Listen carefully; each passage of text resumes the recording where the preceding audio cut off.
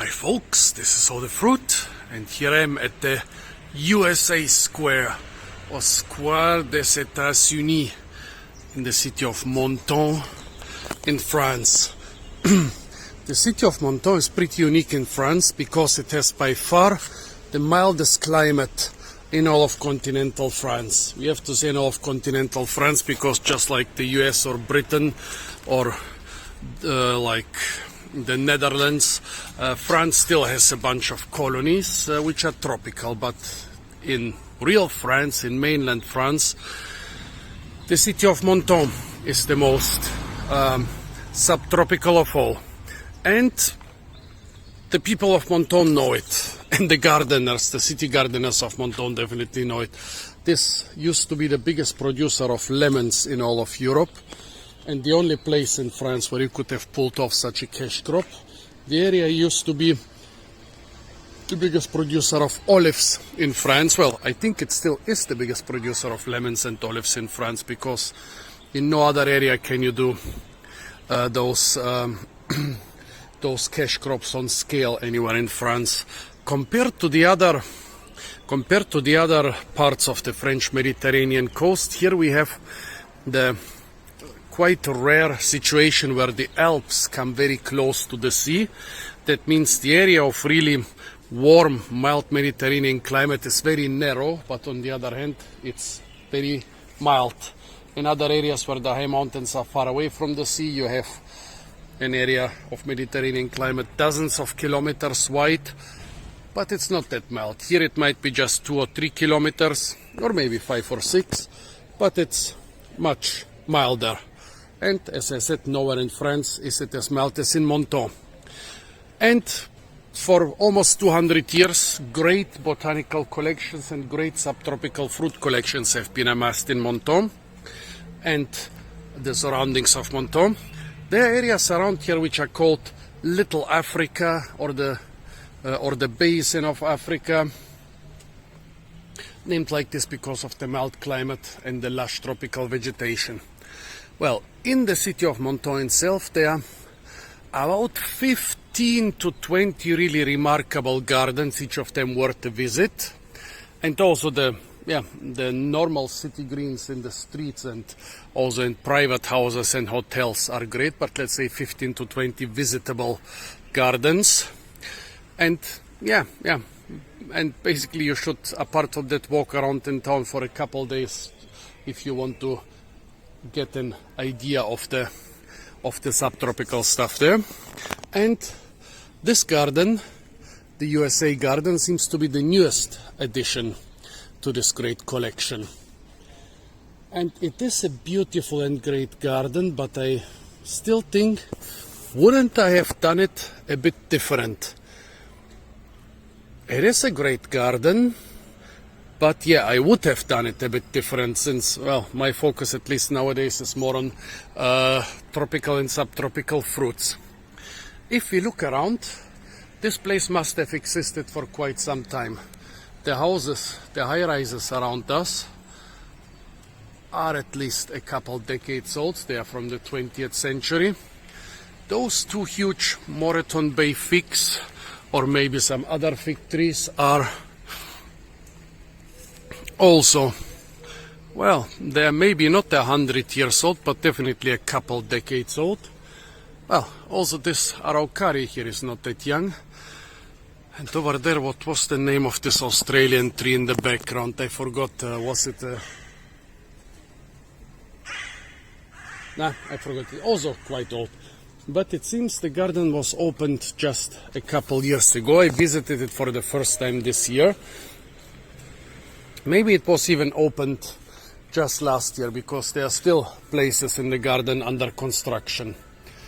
And yeah, they've done a great job for what they have to work here with, but I think they could have done a little bit better. Why do I think they could have done a little bit better? Well, here in Menton, as I said, we have the mildest climate in all of France, in all of continental France. And if you look around, the specific microclimate of this garden is even crazier. You have high rises on all sides. Okay, in the north there are a little bit further away and a little bit lower partially, but still it's covered from all sides.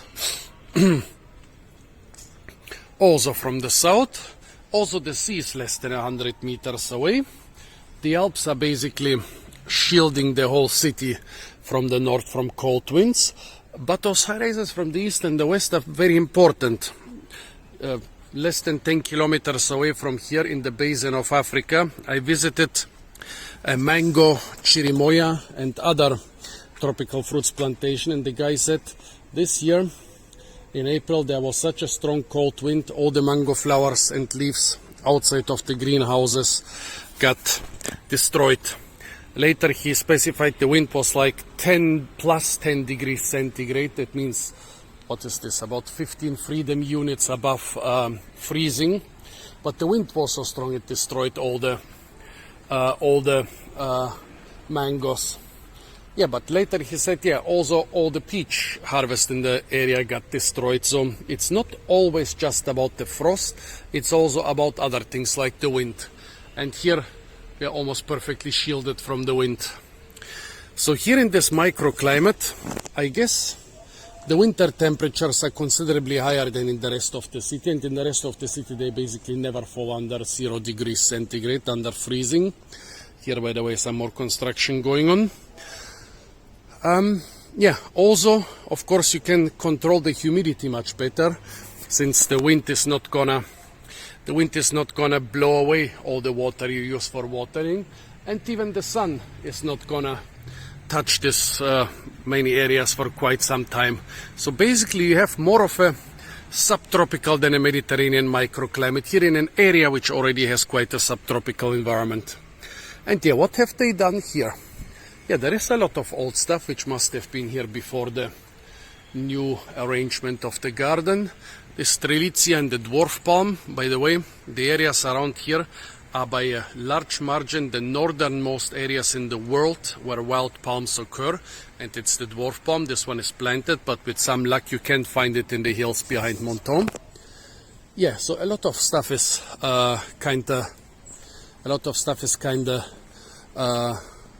was already here, but a lot was planted here.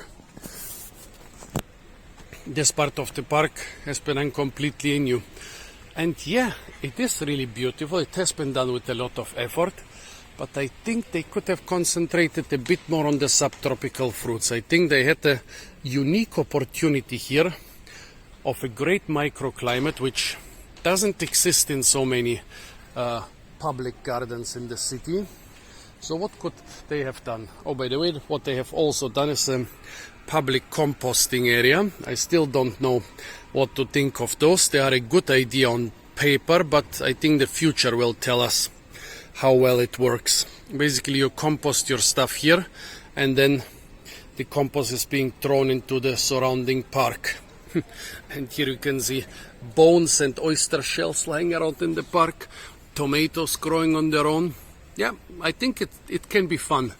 Of course, it can also be smelly. It can attract rats and other animals. I don't think those compostings have been.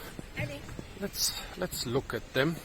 I don't think they are protected in any way from rats and other animals. Imagine the tasty, smelly chicken bones and other stuff inside. Yeah, those are just simple wooden boxes. Imagine the smell of chicken bones or some other nice food coming out of them. When we had the garden, we tried to compost food waste only once for a couple of weeks, and our food waste was mostly vegetable peels. The rats totally invaded us. So let's see. But yeah, what would I have done differently? They have planted a lot of bananas, and this is good. But I don't know what those bananas are. I don't know what those bananas here are. Here in the corner, there is an Orinoco or Topoccio or Comune de Sicilia, well, definitely an edible banana. But here, well, in the other corner, those are strelitzias, but behind them they are bananas. And the bananas behind them, unfortunately, the non-edible Basio bananas, quite a common ornamental nowadays around Europe, and you see them even on the Côte d'Azur. But why? I think on the cottages here you can have banana plants with big leaves if you want, like those ones in the background.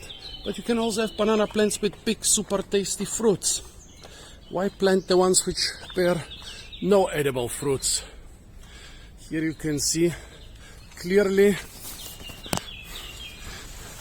a nice big old banana cluster, but with yellow flowers and tiny fruits. That means Basio, or Japanese fiber banana. Oh, by the way, there is another microclimatic. Wow, I mean, it's July, but there is a whiff of hot air coming out of here. What is this? Wow, really hot. I'm not sure about the smell. I'm not sure if it's a parking garage or some other thing, but wow. Maybe some sort of generator. I don't know what it is, but there is hot air, hot wind coming out of here. As you can see, no wind in the garden, but here the banana leaves, they are being moved by a really hot wind. If this one goes on here in winter and at night in winter, this can also raise the temperature of this microclimate here by a couple degrees. By the way, what is this? What are those little fruits here? Tell me if you know. So yeah, one more detail of this microclimate which they might not have used to the full extent. Yeah, they have a couple nice palms and other things here. Here a nice Eritrina, taro, but nothing which I didn't see in other gardens. If it was me who had the opportunity to design this garden, what would I have done? Well, obviously I would have left all the old stuff like the Eritrina, the Moreton Bay figs. What is this here? Is it a bay leaf? No, it's something else. A nice beautiful old tree.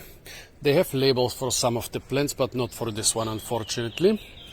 But then, instead of those more normal things like this is Pittosporum and thickberry, those are quite normal things for around here. Instead of all those normal things, here a magnolia, which could probably just as well grow in Germany. Yeah, a magnolia. Oh well, okay, this is something I haven't seen a lot. This is some relative of Albizia, but definitely not Albizia eurybrissin, a small, really beautiful one. Here they have planted some Phoenix Phoenix rebellani, a date palm from the Mekong River. Here they have planted some myrtle. What I would have planted instead? Let me think. I would have planted a collection of different bananas, and I would have concentrated on really frost-sensitive edible bananas. Like there are 1, 2, 3, 4, at least 4 clusters of bananas here. I would have made them 10 to 12 clusters of bananas, and I would have, I would have completely destroyed the boring Basio, and I would have planted like about 12 different edible banana varieties with maybe 1 or 2 wild ones intermixed with them. Then I would have put here a couple mango trees. Mangoes can grow around here, even out in the open, but it's kind of a really borderline thing. Then I would have put a lot of different sapotes. Well, be careful or you'll run out of space very quickly. I would put a couple of different sapotes. White sapote is quite established on this coastline, but yeah, I would have put one, because especially in the French part, it is pretty rare. It's more common in the Italian part. I would have put a black sapote. I would have put a chico sapote, which also kinda grows here. I would have put a big sapote, an egg fruit, and a lucuma. They all grow around here, but with a lot of protection. However, here the microclimate might have given them protection. What would I have put here under the Moreton Bay figs? It seems that even the bamboo is not growing very well. And around here, kind of puny little palms. And here an area which they have decided to leave completely open. I still think, with a lot of watering and fertilizer and with the juice of the proper plants, this area here can totally be planted with something. What would I plant here? A couple Solanaceae, like around here, a lot of arboreal Solanaceae. Well, Solanaceae don't have real wood, but have kind of a couple tree-like things, like tree tomato, and some, well, then they have a couple toxic ones here, like kerosene plant. You don't need this, but yeah, tree tomato, and some other edible Solanaceae relatives, which I have never seen around here. Tree tomato they have in the botanic garden here in Menton. I would have planted a lot of different Eugenias. I don't know if they maybe have already done this. A couple of those things look a little bit like Eugenias. What else would they have planted? Well, there is some Monstera somewhere. Where was it? They have a couple clusters of Monstera. Yeah, maybe we don't need more. We know that Monstera grows here and has and produces great fruits. What else would I have planted? Lychee, longan. They do grow and produce around here, but in such a microclimate they might do it better. What else? What else? What else? Yeah, tell me your ideas, folks. We are here in an area where, well, in all of the 20th century there hasn't been frost around here. A couple years ago there was some frost of -1 or 2 degrees, but I'm pretty sure that this area will not get frost. It will not get strong, devastating winds. It is also protected by a lot of the summer heat, by the shade, of course. At noon, in the areas where there is no tree cover, there will be sun, but there will not be sun in the morning, in the afternoon, and also there are a lot of areas here with tree cover. So protection from the hot summer sun is also quite important for a lot of subtropical and tropical things. A lot of them are not used to such strong seasons. Here, by the way, the Monstera. What I failed to say, folks, when we are talking about subtropical, almost frost-free climate in subtropical areas, this place might look like southern Florida, or maybe some areas in southern California or southern Texas, but it is on the same geographical latitude as southern Canada. US cities like Detroit and Chicago lie further south than this place, or maybe at about the same geographical latitude as this place. That's how crazy the microclimate of this part of the French Côte d'Azur is. What else would you have planted? Yeah, folks, if you have an area which is like 99% frost-free, and inside this area you have a microclimate which is even more sheltered and more frost-free, and it is a public park which you can design and plant. What exactly would you plant here? Please hit me with your ideas. Apart from that, stay tuned for a lot more fruit videos from the incredibly beautiful city of Menton, with its plethora of tropical and subtropical ornamentals and fruit trees. And of course, don't forget to like, share, comment and subscribe.